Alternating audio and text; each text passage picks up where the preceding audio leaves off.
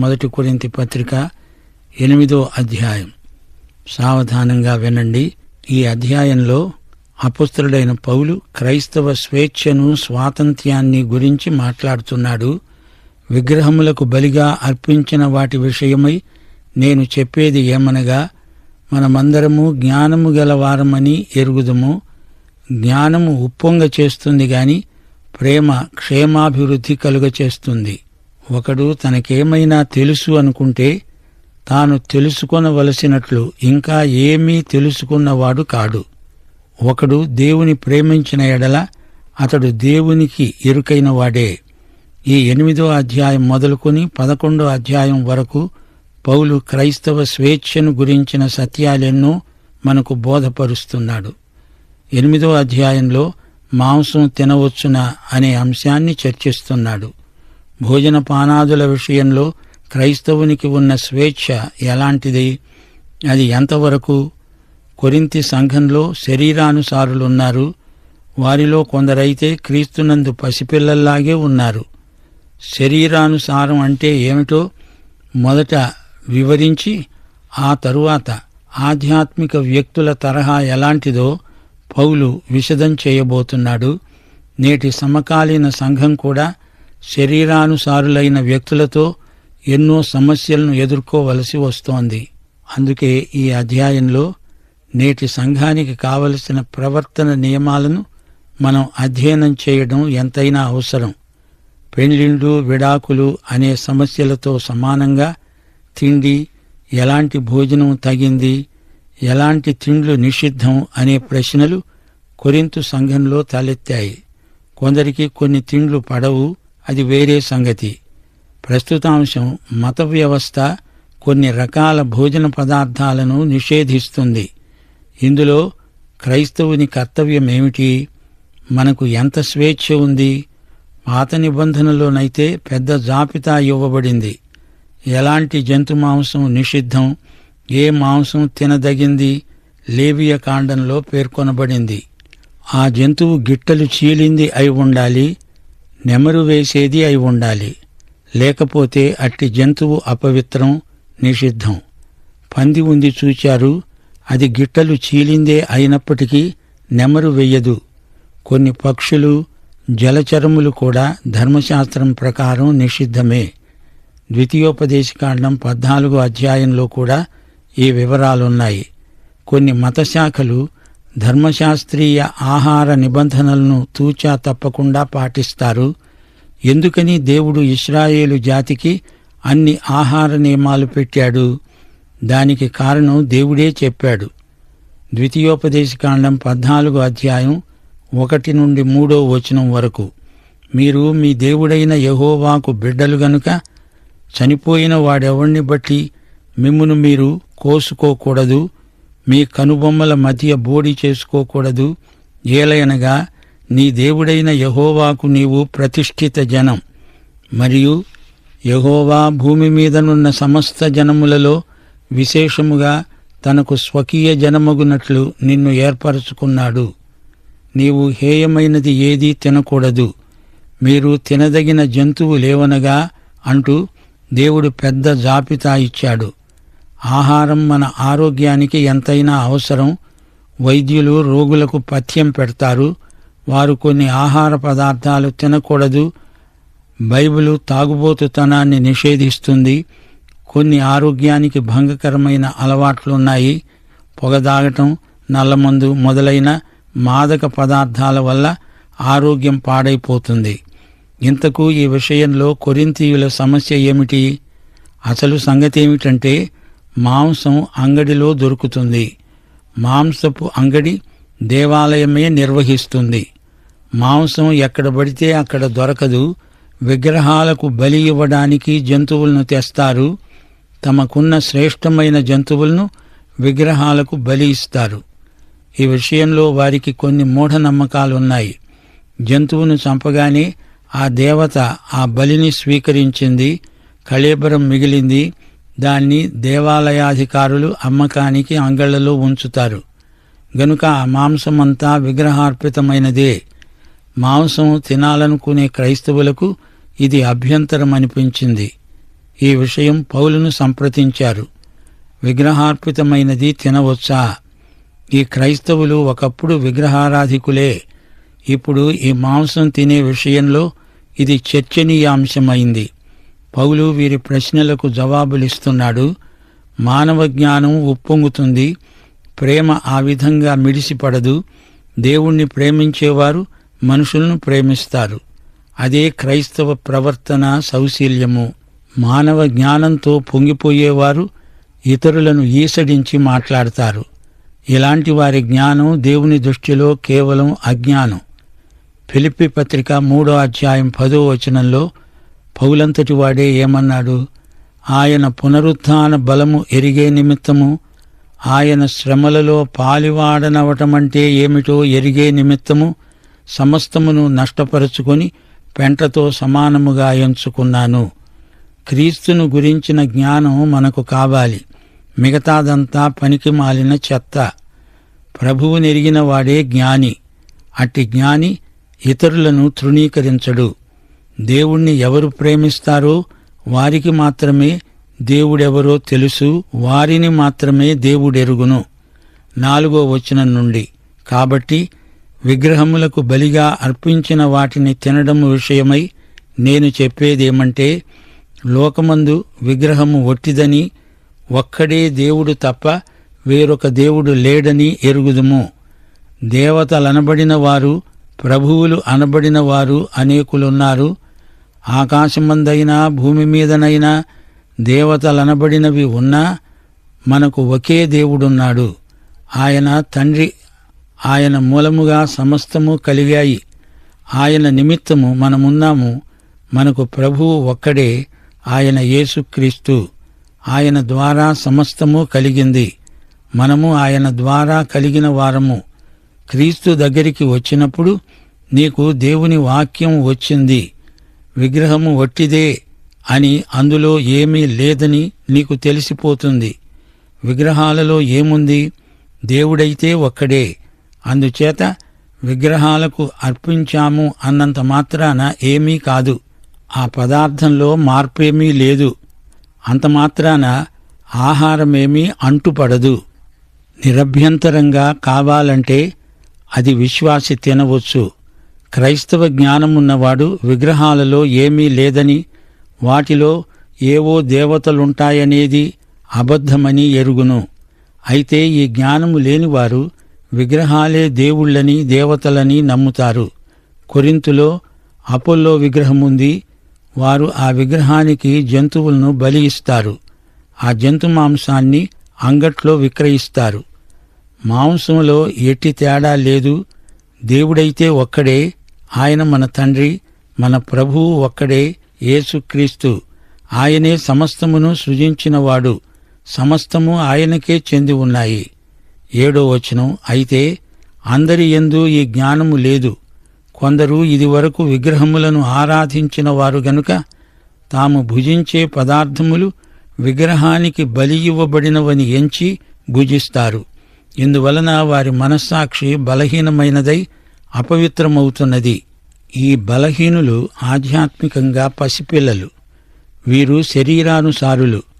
విగ్రహాలకు నైవేద్యం పెట్టింది గనుక అది తినకూడదు, తింటే మనకేదో కీడు కలుగుతుందని వీరి భయం. వారికి విశ్వాస జ్ఞానం అనగా క్రైస్తవ జ్ఞానం లేదు, లోపించింది. మనస్సాక్షిలో వారికి తొందర కలుగుతోంది. అలాంటి ఆహారం తినేవారిని వీరు విమర్శిస్తారు. వారేదో దోషం చేసినట్లు వారిని వేలుపెట్టి చూపుతారు. జ్ఞానమున్నవారు దాన్ని తినడానికి వారికి స్వేచ్ఛ ఉంది.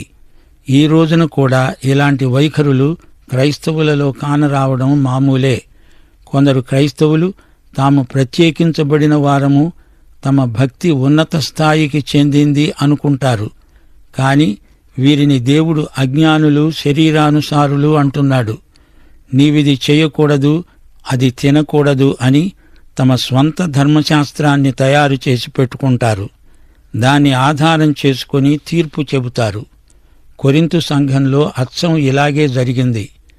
విగ్రహాలకు నైవేద్యం పెట్టిన మాంసమిది, ఎబ్బే ఇది మేము తింటామా? తినం. దాన్ని మేము ముట్టం. మేము ప్రత్యేకించబడిన భక్తులం అంటారు. ఈ ప్రత్యేకత భక్తి అనిపించుకోదు, అది వారి అజ్ఞానం మాత్రమే. 8వ వచనంలో పౌలు ఒక గొప్ప సత్యాన్ని వెల్లడి చేస్తున్నాడు. భోజనమును బట్టి మనము దేవుని ఎదట మెప్పు పొందము. తినకపోయినందున మనకు తక్కువ లేదు, తిన్నందున మనకు ఎక్కువ లేదు. ఈ ఆహారం ఏదైనా సరే, దీనికి దేవునితో మనకున్న సంబంధానికి పొంతనే లేదు. నీవేమి తిన్నా అది దేవునికి అనవసరం. మీకు జ్ఞాపకముందా? మొదట్లో సీమోను పేతురుకు ఇదే మనస్తత్వం ఉండేది. మోషే ధర్మశాస్త్రం కింద పెంచబడినవాడు. ధర్మశాస్త్రం ప్రకారం కొన్ని ఆహారాలు అపవిత్రం, నిషిద్ధం. మిద్దె మీద ప్రార్థనలో ఉండగా అతనికి ఒక దర్శనం కలిగింది. ఒక దుప్పటి పైనుండి దిగివచ్చింది. లే, ఆ దుప్పట్లో వాటిని చంపుకొని తిను అని దేవుని స్వరం వినిపించింది. అపొస్తలుల కార్యములు 10వ అధ్యాయం 14వ వచనంలో పేతురన్నాడు, వద్దు ప్రభువా, నిషిద్ధమైనది అపవిత్రమైనది ఏది నేనెన్నడూ తినలేదు. చూచారా, పేతురు ప్రభువా అంటున్నాడు, కాని భోజనం విషయంలో మాత్రం ఆయన చెప్పింది వద్దు అంటున్నాడు. అందుకు ప్రభువేమన్నాడు? దేవుడు పవిత్రము చేసినవి నీవు నిషిద్ధమైనవిగా ఎంచవద్దు. అనగా ఈ జంతువులలో పవిత్రము అపవిత్రము అనే భేదమేమీ లేదు. ధర్మశాస్త్ర యుగం కాదిది, కృపాయుగం. నీకేది కావాలో అది తిను, దేవుడు ఆశీర్వదిస్తాడు, అంతే. నీ కడుపు సహించగలిగింది, నీకు సహించింది, మనస్సాక్షిలో ఎట్టి తొందర లేకుండా తిను. దేవునికి కృతజ్ఞత చెప్పు. మాంసం తింటే తిను, లేకపోతే మానేయి. నీ భక్తిని కూటికుండలో పెట్టవద్దు. కొన్ని భోజన పదార్థాలు నిన్ను భక్తుణ్ణి చేస్తాయంటే అది సైతానీయ అబద్ధం అని పౌలు స్పష్టం చేస్తున్నాడు. క్రైస్తవ స్వేచ్ఛను జ్ఞానయుక్తంగా ప్రయోగించాలి. 9వ వచనం, మీకు కలిగి ఉన్న ఈ స్వాతంత్ర్యము వలన బలహీనులకు అభ్యంతరము కలుగకుండా చూసుకోండి. అసలు మాంసం తినవచ్చా తినకూడదా అనే ప్రశ్నే లేదు. కాని ఇతరులకు అభ్యంతరం కలిగించేవి మానేయడం మంచిది. నీకు జ్ఞానముంటే సరే, ఇతరుల పట్ల ప్రేమ ఉండాలి గదా. బలహీనుడైన నీ సోదరుని పట్ల సానుభూతి, ప్రేమ నీకున్నాయా అని దేవుడు అడుగుతున్నాడు. నీ స్వేచ్ఛ నీ పొరుగువాణ్ణి నీకు దూరం చేసే పక్షంలో నీ జ్ఞానం దుర్వినియోగమైంది అని అర్థం. 10వ వచనం, జ్ఞానము గల నీవు విగ్రహాల ముందు భోజన పంక్తిని కూర్చుండగా ఒకడు చూచిన ఎడల, బలహీనమైన మనస్సాక్షి కలిగిన అతడు విగ్రహములకు బలి ఇయ్యబడిన పదార్థములను తినడానికి ధైర్యం తెచ్చుకుంటాడు గదా. క్రైస్తవ సేవలో ఉన్న మనము కొన్ని చేయము, మానేస్తాము. ఎందుకని? అవి ఇతరులకు అభ్యంతర కారణము గనుక. మనం మానేసినవి మంచివని కాదు, చెడ్డవని కాదు. ఇతరులకు ఈ చిల్లర విషయాలను బట్టి ఎందుకు దూరమవ్వాలి? ప్రభువును బట్టి మనమందరికీ సన్నిహితులమై ఉండాలి. నాయకత్వంలో ఉన్న క్రైస్తవులు ఇతరులతో తమ సంబంధాల విషయమై జాగ్రత్తగా ఉండాలి. చేయడానికి మనకు స్వేచ్ఛ ఉన్నా మనకు క్రైస్తవ జ్ఞానం కూడా ఉండాలి గదా. మనం ప్రేమను బట్టి ఇతరులను ఆకర్షించుకోగలగాలి గాని మనకు స్వేచ్ఛ ఉంది గదా అని ప్రతిదీ చేయకూడదు. మన ప్రవర్తన బలహీనులను బలపరిచేదిగా ఉండాలి. లేకపోతే మన వైఖరిని బట్టి వారు మరీ బలహీనులవుతారు. అందువలన ఎవని కొరకు క్రీస్తు చనిపోయాడో ఆ బలహీనుడైన నీ సహోదరుడు నీ జ్ఞానమును బట్టి నశిస్తాడు. సోదరీ సోదరులారా, వింటున్నారా? మనం ప్రేమసూత్రం మీద ఆధారపడి పనిచేస్తాము. దేవుని వాక్యమే మన ప్రమాణం, దేవుని ప్రేమే మన ప్రేరణ. మనం చేసే ప్రతి పని బలహీనులకు చేయూతనిచ్చేదై ఉండాలి. పొరుగువారిని ప్రభువు వైపునకు ఆకర్షించాలి. జ్ఞానముంది గదా అని ఉప్పొంగిపోకూడదు. ఇతరులతో నాకేం పని అన్నట్లు వ్యవహరించకూడదు. 12వ వచనం, ఈలాగు సహోదరులకు విరోధముగా పాపము చేయడము వలన, వారి బలహీనమైన మనస్సాక్షిని నొప్పించడము వలన మీరు క్రీస్తుకు విరోధముగా పాపము చేసిన వారవుతున్నారు. కాబట్టి భోజన పదార్థము వలన నా సహోదరునికి అభ్యంతరము కలిగిన ఎడల నా సహోదరునికి అభ్యంతరము కలుగచేయకుండా ఉండేటందుకు నేనెన్నటికీ మాంసం తినను అంటున్నాడు పౌలు. ఒక బలహీన సోదరుడి పతనానికి నీవు కారణం కాకూడదు. మనం చేసే ప్రతి పనికి ప్రేమే అసలైన ప్రేరణ. ఇదే సత్యాన్ని తిరిగి 10వ అధ్యాయంలో 20వ వచనంలో పౌలు పునరుద్ఘాటిస్తున్నాడు. అన్ని విషయములందు నాకు స్వాతంత్ర్యము కలదుగాని అన్నీ చేయదగినవి కాదు. అన్నిటియందు నాకు స్వాతంత్ర్యము కలదుగాని అన్నీ క్షేమాభివృద్ధి కలుగచెయ్యవు. క్రైస్తవుని స్వేచ్ఛ స్వాతంత్ర్యాన్ని నీకు నీవై మరో స్వంత ధర్మశాస్త్రంలాగా తయారు చేసుకోవద్దు. మన క్రైస్తవ స్వాతంత్ర్యానికి హద్దు ప్రేమ. నీ బలహీన సోదరుడికి నీవు అన్నవై అతణ్ణి పరిపక్వత దిశగా నడిపించాల్సిన భారం నీ మీద ఉంది. నా సహోదరునికి నేను కావలివాణ్ణా అని అడిగాడు కయీను. కావలివాడివై ఉండటం కంటే సోదరుడివై ఉండడం మరీ గొప్ప బాధ్యత, ప్రేమపూర్వకమైన బాధ్యత ఇది. 2 కొరింథీ 11వ అధ్యాయం 29వ వచనంలో పౌలు ఏమంటున్నాడు? ఎవడైనా బలహీనుడయ్యాడా? నేను బలహీనుణ్ణి కానా? ఎవడైనా తొట్రుపడ్డాడా? నాకు మంట కలగదా? శ్రోతలు గుర్తుంచుకోండి, మనస్సాక్షి మన జీవితాన్ని నడిపించాలి. మనస్సాక్షికి వ్యతిరేకంగా పాపం చేయకూడదు. మనస్సాక్షి సాక్ష్యాన్ని మనం తొక్కిపట్టకూడదు. క్రైస్తవ జ్ఞానం మనస్సాక్షిని బలపరుస్తుంది. బలహీన సోదరుడు తన మనస్సాక్షి కంటే ముందుగా తొందరపడి పరిగెత్తకూడదు. నీవు అట్టి సోదరుణ్ణి తొందర చేయకూడదు.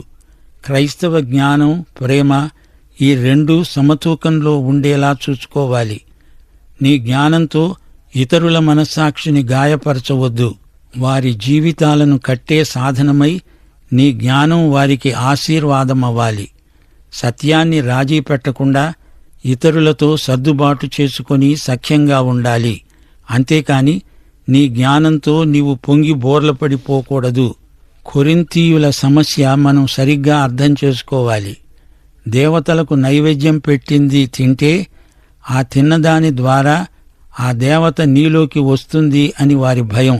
పరిపక్వత గల విశ్వాసి భయపడనక్కర్లేదు గాని బలహీనుడైన విశ్వాసిని క్రమేణా పరిపక్వత దిశగా నడిపించాలి. అతని మనస్సాక్షిని బలవంతంగా పరిగెత్తించాలి అంటే అది పరిగెత్తదు సరిగదా, నీ నుండి దూరంగా పారిపోతుంది. ప్రియ శ్రోతలు, ముగింపులో 1-2 మాటలు చెప్పగోరుతాము. బలహీన సోదరుడు అంటున్నాడే, ఇతడెవరు? ఇతడు మరి ఒక క్రైస్తవుణ్ణి చూచి అనుకరిస్తాడు. అతడు చేస్తున్నాడు, నేనెందుకు చేయకూడదు అని అతడు చేసిందంతా తాను చేయడానికి తయారవుతాడు. అందుచేత అనుభవజ్ఞానమున్న క్రైస్తవుడు అతని విషయమై జాగ్రత్తగా ఉండాలి. అన్నిటిలో సహోదర ప్రేమ ఎంతో ముఖ్యం. ప్రేమతో కూడిన జ్ఞానంతో ఒకరికొకరు సహాయపడుతూ ఉండాలి. ప్రియ సోదరుడా, సోదరి, నీవు రక్షించబడ్డావా? రక్షించబడిన నీ సోదరులతో నీ సంబంధ సహవాసాలు ఎలా ఉన్నాయి? పాఠం ఇంతటితో సమాప్తం.